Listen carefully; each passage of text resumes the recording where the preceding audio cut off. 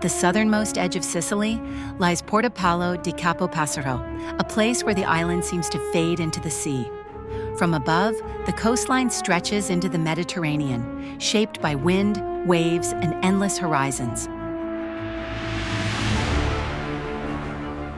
Here, the land feels like a boundary between worlds, where sky and water meet without limits.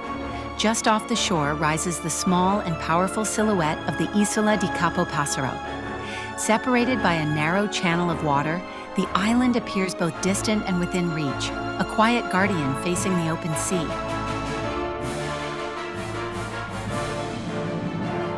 At its center stands the ancient fortress, watching over the coast for centuries, a reminder of a time when these waters were routes of trade, defense, and exploration. From the sky, the contrast is striking. The deep blue of the sea, the pale tones of the land, and the solitary presence of the island breaking the horizon.